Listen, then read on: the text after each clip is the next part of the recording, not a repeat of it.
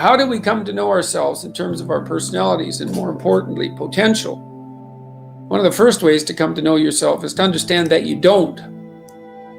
You can learn to kind of watch yourself like you're watching a stranger. So you have to understand that you don't know who you are.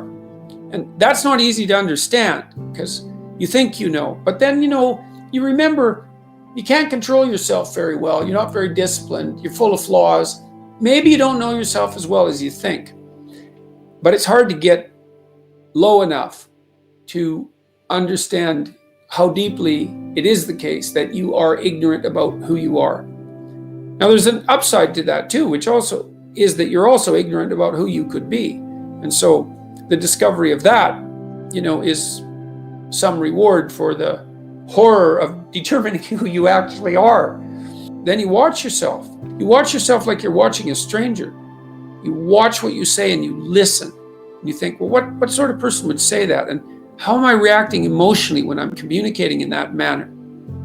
Is that making me feel stronger, weaker? Is it filling me with shame? Is it helping my confidence? Am I laying out a lie? Am I deceiving myself and other people? Am I adopting this personality at parties that is designed to impress and to amuse, and it comes across as nothing but like self-centered narcissism? What are my dark fantasies? What are my aggressive fantasies? What is it that I'm willing to do? What am I interested in so that I'll spontaneously pursue it? What do I procrastinate about and why? What am I unwilling to do? What do I think is good? What do I congratulate myself for accomplishing? And what do I berate myself for failing to confront and to implement? Those are all incredibly complicated questions, and you don't know the answers to them. So that's a start. And then in terms of potential, well, you'll discover a little bit more about your potential as you discover who you are, especially the darker parts of yourself, because then you discover your potential for mayhem. There's some real utility in that. The discovery that you're dangerous. It's such a useful discovery. It's actually something that strengthens you, because the first thing that a realization like that can in fact produce is the ambition to incorporate that danger into a higher order personality. And that can make you implacable. That can make you someone who can say no when you need to say no. That can make you someone who won't avoid necessary conflict. And so that's unbelievably useful. And so that's one of the potentials that you might discover. The other thing you do to discover your potential is you challenge yourself. It's like, take a bit of a look at yourself and think about what's not so good that you could improve, that you should improve by your own standards, and that you would improve, and set yourself a little goal. Maybe you're not studying at all at your university, or maybe you're at work and you've got this stack of paper there, and you haven't looked at that damn stack for like a month, and you know that you should be, and you're bothering yourself at night because you're avoiding that. It's like, maybe think, well, I've avoided that stack of paper completely for 1 month.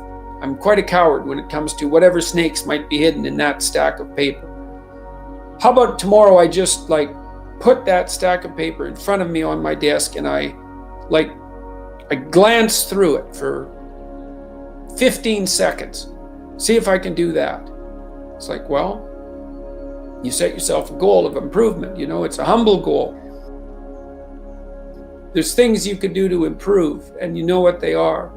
And there's small steps that you could take, that you might take, that would put you in that direction.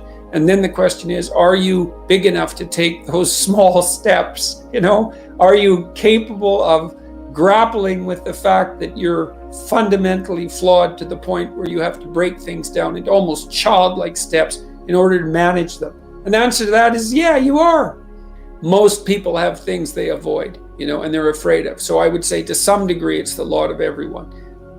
People vary in the degree to which they've conquered that. And you do meet people from time to time who are extraordinarily disciplined. But most of the time they've got disciplined in exactly this manner.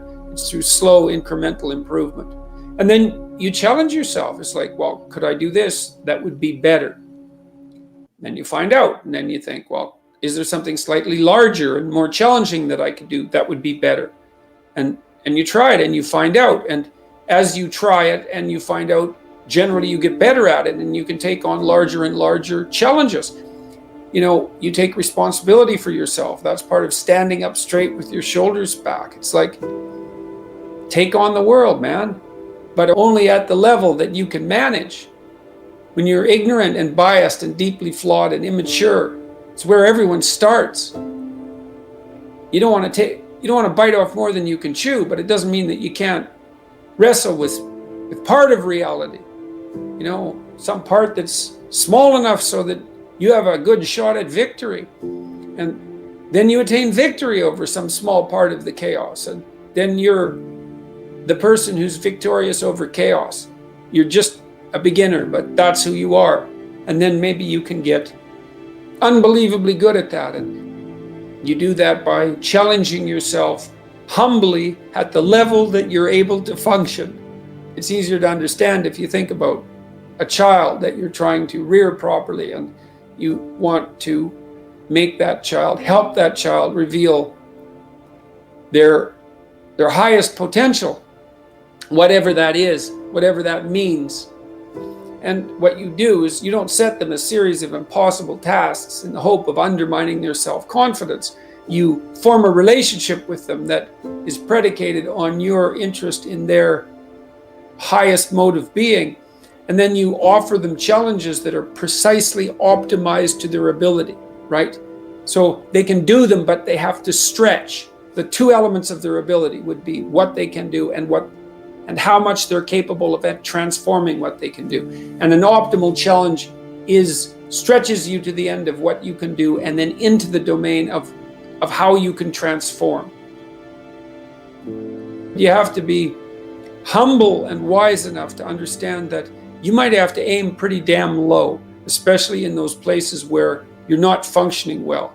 And it might be so embarrassing that you can't bring yourself to fathom that that's actually who you are.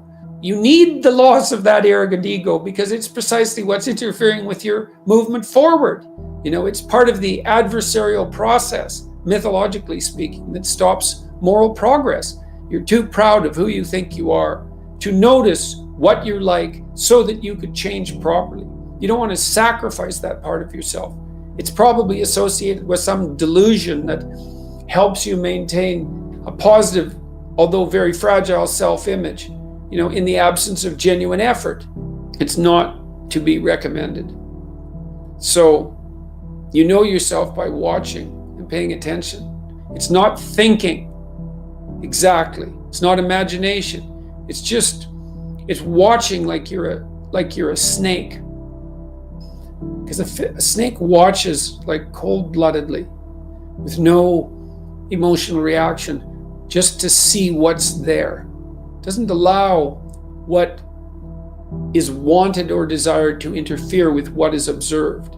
So you watch yourself like that, as if you don't know who you are. Well, that's the beginning.